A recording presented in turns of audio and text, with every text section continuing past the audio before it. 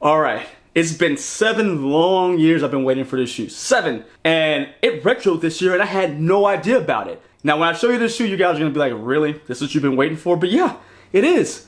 The Ultraboost 1.0 in the cream or chalk colorway. Let's get into it.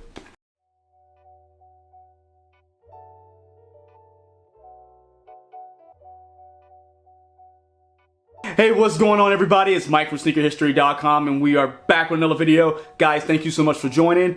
We are less than 200 subscribers away from 2,000 subscribers. So if you hadn't done so already, you know the drill. Hit that subscribe button down below. We're that close to reaching another milestone for the channel. And make sure you're hitting the like button, hit the notification button, tell your friends, tell your mama. Go tell everybody about the channel because we are in such a good place right now and I'm really excited to see what the future holds and we're just doing big things. So thank you everybody who's been a part of the channel. And now that I've gotten out the way, you want to see the shoes again, right? You guys think I'm crazy, but yes, I am talking about an Ultraboost 1.0 and yes, it is that cream or chalk colorway that released back in 2015. It's one of my favorite shoes ever. I never was able to get my hands on. And I know everyone's gonna say, oh, well, Ultraboost is played out. Mike, we moved on. We're on these other things.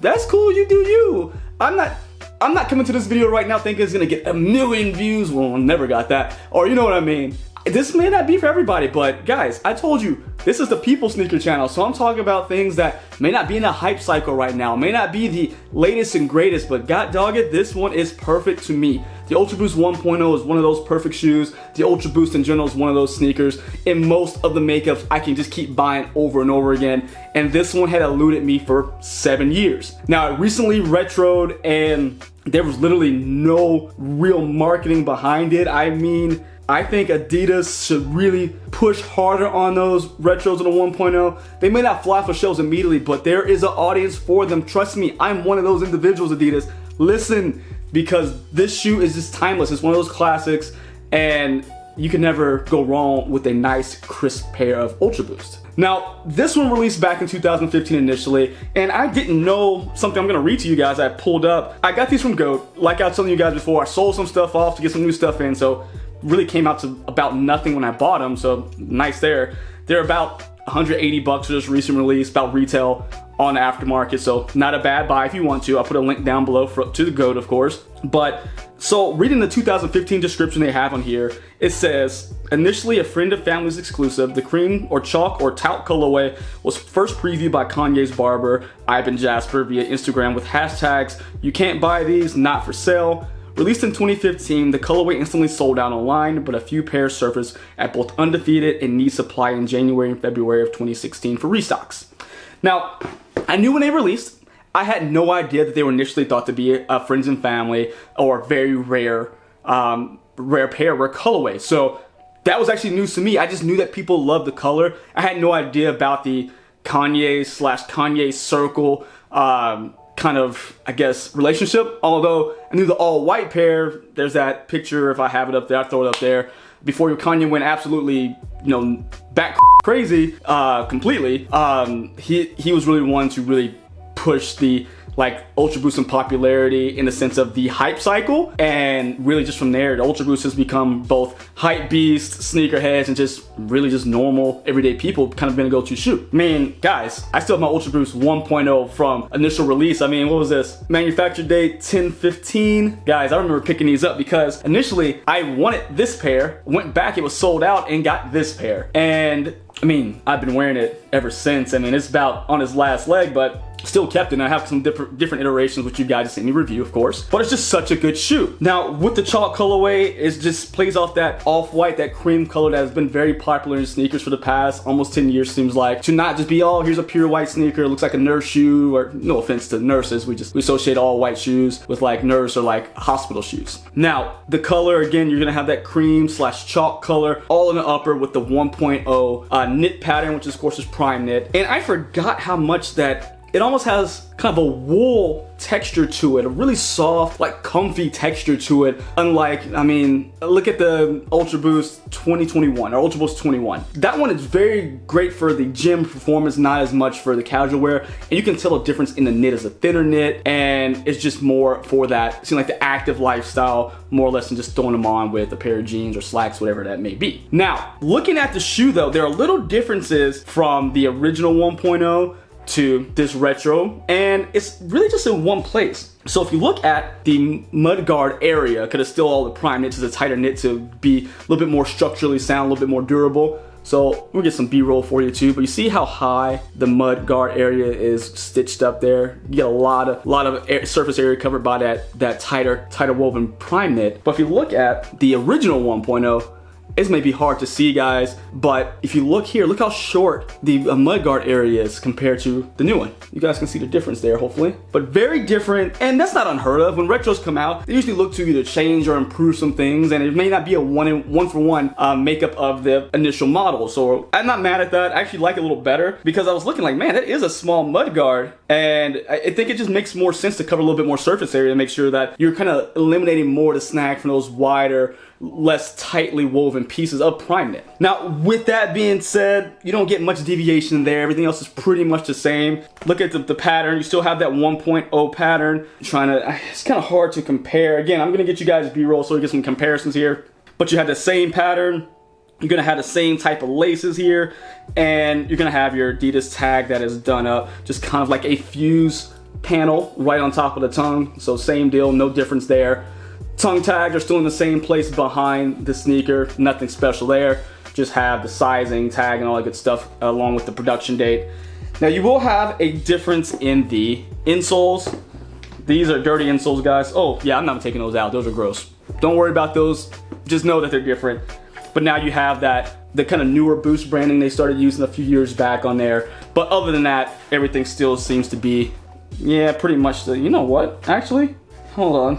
So, looking at, you know what, I think they're just, so this one I think is just gonna be a little more, you know, broken in because it's years old, and this one's still pretty stiff. So I think that's the only reason the old one feels softer. But other than that, no deviation there. You're gonna have the same, oh no, little difference here.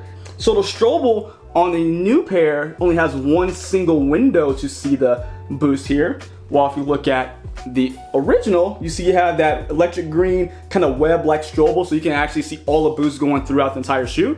Little difference there as well. Didn't notice that till just now. So let me see, anything else different inside? No, everything else seems to be the same. Still gonna have your plastic heel cut with the Ultraboost done up in that kind of metallic silver and gold writing. And what I really liked about this one, of course, the color itself, was the way that the cage actually had the contrasting colors as well. So you have kind of this grayish cage for the heel cup and then the eyelets, but you have the cream color that breaks it up and gives you a contrast, which I like better than just kind of the all one color. So that was one of my favorite parts of that as well. You don't ever get extra laces with the Ultraboost, so it is what it is. You're gonna have color matching laces. That's it. Not really much else to say about that. As you get up the shoe, you're gonna get to the ankle area where you're gonna have, I don't even know if it's primed in the ankle, guys. I don't think it ever has been. Yeah, I think they just go with a mesh in the ankle just because it's more durable and soft, because same ankle collar as you would get on the original, and it's just gonna be done up in a cream color where it's gonna be a perforated mesh to give you a little bit of breathability, and of course to be really, you know, cushioned around the ankle to give you a nice soft feel, and which is gonna be the same mesh you're gonna find in the inside of the shoe as well, just not perforated. And the namesake of the shoe, the Boost. You have the full Boost slab here from the forefoot to the heel, completely covered in cushioning, guys. This is a comfortable shoe. I really live by the shoe. If I can recommend a shoe to everyone to at least own one pair in their collection, they should do it.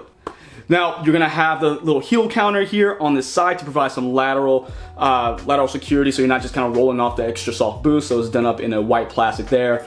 And just get down to the outsole, is going to be that webbed outsole that is going to be done in black with the exposed Boost, which is going to be the Continental rubber here. I remember when they started getting complaints about this back in 2015, 2016, because the rubber was like getting burned through really quickly with people wearing them so much that they started putting Continental rubber on, because I got these before they changed it. So this doesn't have the Continental rubber. This is the first wave of Ultraboost that came out, and they were just, mine never did have an issue. I mean, I've worn mine for years and years, and they still didn't break. The web didn't break, but that's what a lot of people were experiencing apparently. So they replaced it with Continental rubber, which provided a more sturdy and I think a little bit more tacky rubber as well. And of course, with all Adidas like runner sneakers, because this was actually a runner as well, you have the torsion system. Right here you have your torsion bar going through the shoe, which is going to be that plastic to provide kind of that heel-toe transition. help to stabilize that movement. But guys, I mean, other than that, it's not gonna be a long review because if you've seen an Ultraboost, you've seen an Ultraboost, really. I'm just excited that I got to add this one to my collection. And if anyone's wondering, true to size when I go to Ultraboost, if you're a wide footer, go up half a size. They are very stretchy, which is a nice thing, but it is one of those sock shoes that I guess we've kind of fallen off of that trend. But this is timeless, man. The Ultraboost is a timeless shoe. It goes down in history as the time where Adidas had Nike, sweating a couple bullets there because they didn't know what to do with this. I mean, they had the Roshi, they had some other stuff, fly knit trainers, all that good stuff, but they didn't have an answer for the Ultraboost. And I hope people realize that although people may not wear them now, they may never come back and be popular. But this was a moment in sneaker history. Again, no pun intended, but it is. This was a time, that 2015, 2016, 2017 era. You couldn't go anywhere without seeing somebody rocking a pair of Ultraboosts with their pinroll jeans or their high, tube socks. This was the go-to model, and it's still one of my all-time favorites. And me personally, with Kanye gone completely off the reservation, off the rails, they need to go ahead and start pushing the Ultraboost again. I'm sure they're gonna keep pushing 350s. It is what it is. That's the shoe that's making them money. This shoe, don't get it twisted. The Ultraboost is still making them money as well, but I think this should really convert back to the forefront because this is where it started. If Kanye is gonna be out the picture, the Adidas here, bring it back to this. Let's bring it back to where it all began and get these up and running. Bring the 1.0s back as the staple model. Let's just start doing retros, doing more collaborations with them again, because this is it when you talk about prime Adidas in recent history. So let me know what you guys think about this one. Again, I'll leave a link down below to go where I got these for. It was under retail, probably a couple bucks. I think 170 is what I got them for. What the price was, I should say. So very, very happy about this pickup. One of my all-time favorites. Let me know what you think about this one. Did you know they retro? Do you already have a pair? Are you still rocking a 2015 pair? Or did you get the 2018 retro, which I missed that one too? I'd love to hear from you guys in the comments. And until next time, guys, see ya.